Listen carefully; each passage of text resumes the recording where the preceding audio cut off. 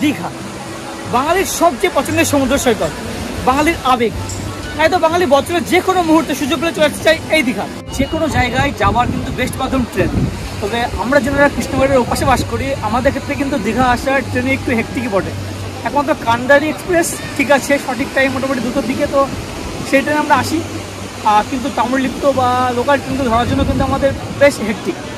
সেই কারণে কিন্তু এবার আমি বেছে নিয়েছি বাস, রেড বাসে। Krishnanagar to Digha bus service search করাতে আমি পেয়ে গেলাম আরাধনা ট্রাভেলসের 2টি গাড়ি, মানে এসি গাড়ি আর কি। একটি হচ্ছে রাত্রি 11টা এবং একটি রাত্রি 11:45, অর্থাৎ দিনের সমস্ত কাজ সারার পরে আপনারা রাত্রিবেলা বিন্দাস ঘুমিয়ে চলে আসতে পারবেন এবং সকালে নামিয়ে দেবে, যেটা কিনা সকালবেলা নিউ দীঘাতে আপনাকে 7:35 নাগাদ ড্রপ করবে, অর্থাৎ প্রায় 8 ঘন্টা 35 মিনিটের জার্নি। আরাধনা ট্রাভেলসের 2x2 এসি স্লিপার বাস। এই গরমে এসিটা বেছে নেওয়ার একটাই কারণ, রাত্রিবেলা স্বস্তিতে আসা। নন এসিও একাধিক গাড়ি রয়েছে, তবে আমি এবারে যাত্রাতে দেখাচ্ছি এসি। তবে চলুন অভিজ্ঞতা আপনার দেখাতে। এখন রাত্রি 10টা এবং এই হচ্ছে কৃষ্ণনগর ওল্ড বাস স্ট্যান্ড চত্বরের শুনশান পরিবেশ। দিনের বেলা কিন্তু এখানে প্রচুর জঞ্জাট থাকে, কিন্তু এখন পুরোপুরি শান্ত। এর আগে কৃষ্ণনগর থেকে শিলিগুড়ি ভারতবেঞ্জ যাত্রার সময় কিন্তু আমি আপনাকে দেখিয়েছি কৃষ্ণনগর যে ওল্ড বাস স্ট্যান্ড, তার পাশে রয়েছে আরাধনা বাসের কাউন্টার। তো এখান থেকে যদি আপনারা বুকিংটা করেন, সেক্ষেত্রে নম্বর তো দেওয়া রয়েছে, হোয়াটসঅ্যাপ করে দেবেন। সেক্ষেত্রে কিন্তু রেড বাসের চেয়ে অনেক কম দামে আপনারা পেয়ে যাবেন। এছাড়া কিন্তু এই কৃষ্ণনগর থেকে তারাপীঠ, সিউড়ি, মালদা, শিলিগুড়ি সমস্ত নন এসি বাসও রয়েছে। সময় প্রায় রাত্রে 11টা হতে চললো। আমাদের গাড়ি কিন্তু জলঙ্গি দীঘা প্রায় কৃষ্ণনগরে এসে পৌঁছাবে। তবু আপনাকে একটু দেখিয়ে নিই যে আরাধনা ট্রাভেলসের এই যে কাউন্টার, এখানে কোন কোন গাড়িগুলো বুকিং হয়। এখানে কিন্তু জলঙ্গি দীঘা এটি বুকিং হয়, কৃষ্ণনগর শিলিগুড়ি মার্সিডিজ বেঞ্চ, যেটা মানে ভারত বেঞ্চ, সেটি এখানে বুকিং হয়। Jalangi Digha non AC. এছাড়া কলকাতা শিলিগুড়ি বা বহরমপুর দীঘা, মানে আমাদের ধুবুলিয়া থেকে যাওয়া কিন্তু সুবিধা হচ্ছে বহরমপুর দীঘা, আর বহরমপুর দীঘা এসি।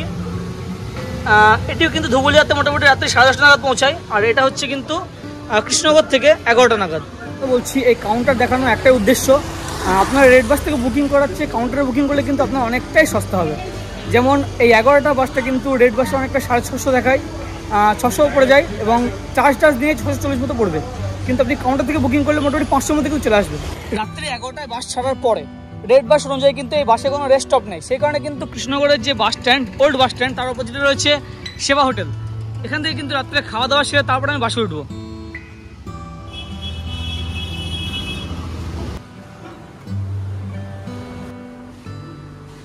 রাত্রিবেলা মানে কিন্তু ফার্স্ট প্রায়োরিটি কিন্তু রুটি তড়কা।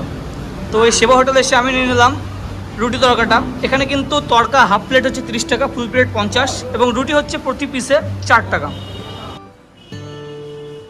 মাত্র 50 টাকায় পেট ভরে কিন্তু কোয়ালিটি খাবার খেলাম। তো আপনারা যারা বাস স্ট্যান্ড যত আসছেন কৃষ্ণনগর, আপনাকেও বলছি আপনারা চলে আসতে পারেন সেবা হোটেল। তো আমরা কৃষ্ণনগরের কাউন্টারেই ছিলাম। 11টার সময় কিন্তু আরাধনার যে 2x2 এসি বাস সেটি হাজির। এ হচ্ছে বাস, এটি কিন্তু মুর্শিদাবাদের জলঙ্গি থেকে আসছে। এই হচ্ছে বাসের ইন্টেরিয়র।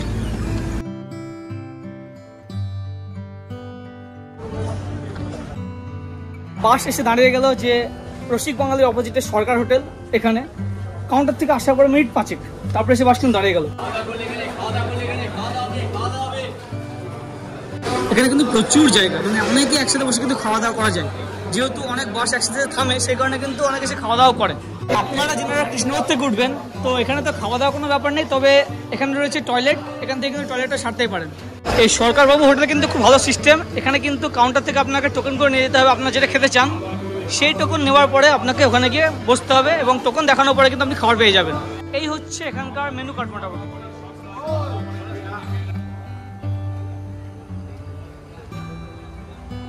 আচ্ছা, বাস যেহেতু এখানে সরকার হোটেল অনেকক্ষণ দাঁড়াচ্ছে, আপনারা চাইলে কিন্তু এখান থেকে উঠতে পারেন। যাই হোক, চলুন বাসের ইন্টেরিয়রটা একটু দেখিয়ে নিই। এ হচ্ছে পাইলট কেবিন, নর্মাল যেগুলো হয় আর কি তেমন 2x2, এবং ভিতরে হচ্ছে 2x2। Lower ডেকারে 2x2 pushback seat এবং উপরে হচ্ছে স্লিপার 2x2। বসে গেছে সিটে। এই দেখুন, সিটে কিন্তু সামনে লেগ স্পেস যথেষ্ট রয়েছে এবং এপাশে এয়ার ব্লোয়ার, এটা কিন্তু একটু অন্যরকম। এটা হচ্ছে বন্ধ করা, এপাশে দিলে হচ্ছে চালু হয়। পাশে চার্জিং প্যাক রয়েছে, কাজ করে কি জানি না, এবং রিডিং ল্যাম্প রয়েছে, রিডিং ল্যাম্প কাজ করে না।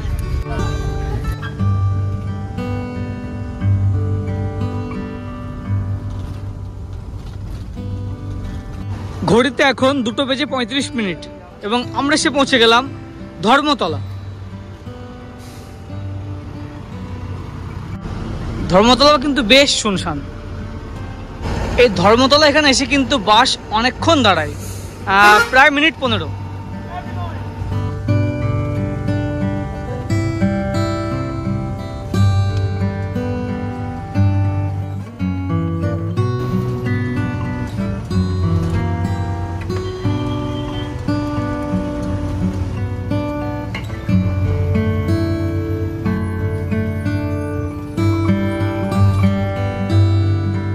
এখন ভোর 4:10 এবং আমরা এসে পৌঁছে গেলাম কোলাঘাট। চা দাদা একটা।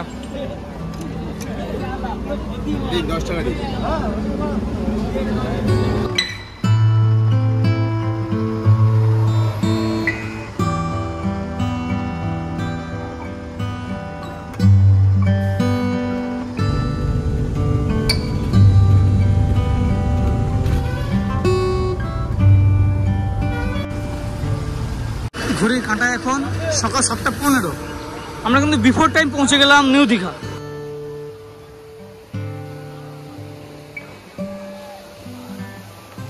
এবার চলুন এই বাস জার্নির এক্সপেকটেশন এবং রিয়ালিটির ব্যাপারে বলা যাক। যদি আমাকে রিয়ালিটির ব্যাপারে বলেন রেটিং দিতে, সেক্ষেত্রে আমি কিন্তু 5-এর মধ্যে 2.7 রেটিং দেবো এই আরোরা ট্রাভেলসের এসি কোচকে আর কি। আর ঠিক আছে, বিভিন্ন কারণ রয়েছে। এক হচ্ছে রেড বাসে যেমন আমি টিকিট প্রাইস অনুযায়ী এক্সপেকটেশন ছিল, এরা জানিয়েছিল যে নো রেস্ট স্পট, কিন্তু এরা টিকিট কাউন্টার থেকে ওঠার পরে প্রথমে তো দেখাচ্ছিলাম আপনাকে যে কৃষ্ণগড়ের শঙ্করটা সেখানে দাঁড়িয়েছিল এবং তারপর এসপ্লানেড দাঁড়িয়েছিল অনেকটা, সেখানে কিন্তু বাথরুম করার সেরকম জায়গা নেই। এবং শেষে এসে কোলাঘাট, অর্থাৎ দু জায়গায় কিন্তু আপনারা টয়লেট বা ফ্রেশ হতে পারবেন, এটা ভালো। এবং তবে রেড বাসে কোনো আপডেট নেই সেটা জানে না। এবং বাসের রিডিং ল্যাম্প তো জ্বলছিল না।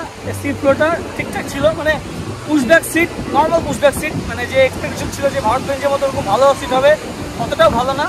কম সময়ের মধ্যে আপনাকে যে টাইম দেবে 8 ঘন্টা 35 মিনিট, তার আগে কিন্তু আপনাকে দীঘা পৌঁছে দেবে। দীঘাতে দুটো ড্রপ পয়েন্ট, ওল্ড দীঘা এবং নিউ দীঘা। নিউ দীঘাতে হচ্ছে যে আপনার জাহাজবাড়ি, দীঘা শঙ্করপুর উন্নয়ন সমষ্টির যে বাংলো বাড়ি, সেখানে কিন্তু আপনাকে নিউ দীঘাতে নামিয়ে দেবেন। আপনি যদি রেড বাস থেকে বুকিং করেন সেক্ষেত্রে কিন্তু আপনি তো অসন্তুষ্টই হবেন, যেহেতু ভাড়াটা একটু বেশি। কাউন্টার এসে শোনার পরে লাগলো এটা আমার। তবে কাউন্টার থেকে বুকিং করলে মোটামুটি দাদা বলছিল 500-র মধ্যে চলে আসে। সেক্ষেত্রে কিন্তু আপনার মোটামুটি 500 রেটে সারা রাত্রিতে ঘুমিয়ে আসবেন, বেশ ভালো লাগবে। এবং এবার বলি বাসের যে স্টাফেরা কেমন বিহেভিয়ার, কন্ট্রাক্টর বা ড্রাইভারের বিহেভিয়ার কিন্তু দারুণ, খুব ভালো বিহেভিয়ার। আপনি যদি ধুবুলিয়ার দিকে থেকে আসেন, মানে ধুবুলিয়ার ওপাশ থেকে আসেন, সেক্ষেত্রে কিন্তু এই আরাধনা ট্রাভেলসের বহরমপুর টু দীঘার কিন্তু গাড়ি আছে, এসি বাস আছে, নন এসি একাধিক বাস আছে। তো আপনারা যারা ধুবুলিয়ার দিক থেকে আসবেন তারা কিন্তু ধুবুলিয়া থেকে সরাসরি উঠতে পারেন কৃষ্ণনগর না এসে রাত্রিতে। তো সেক্ষেত্রেও কিন্তু বুকিংটা আপনার রেড বাস ছাড়া কাউন্টারে বুকিং করতে পারেন। সেক্ষেত্রে নম্বরটা আমি কাউন্টার নম্বর দিয়ে দিয়েছি, আপনারা দেখেছেন। যাই হোক, এই ছিল এই বাস জার্নি। এটা আপনাদের কেমন লাগলো অবশ্যই নিজে কমেন্ট করে জানান। সাথে থাকুন, দেখতে থাকুন। আজ এই পর্যন্তই। অনেক অনেক ধন্যবাদ।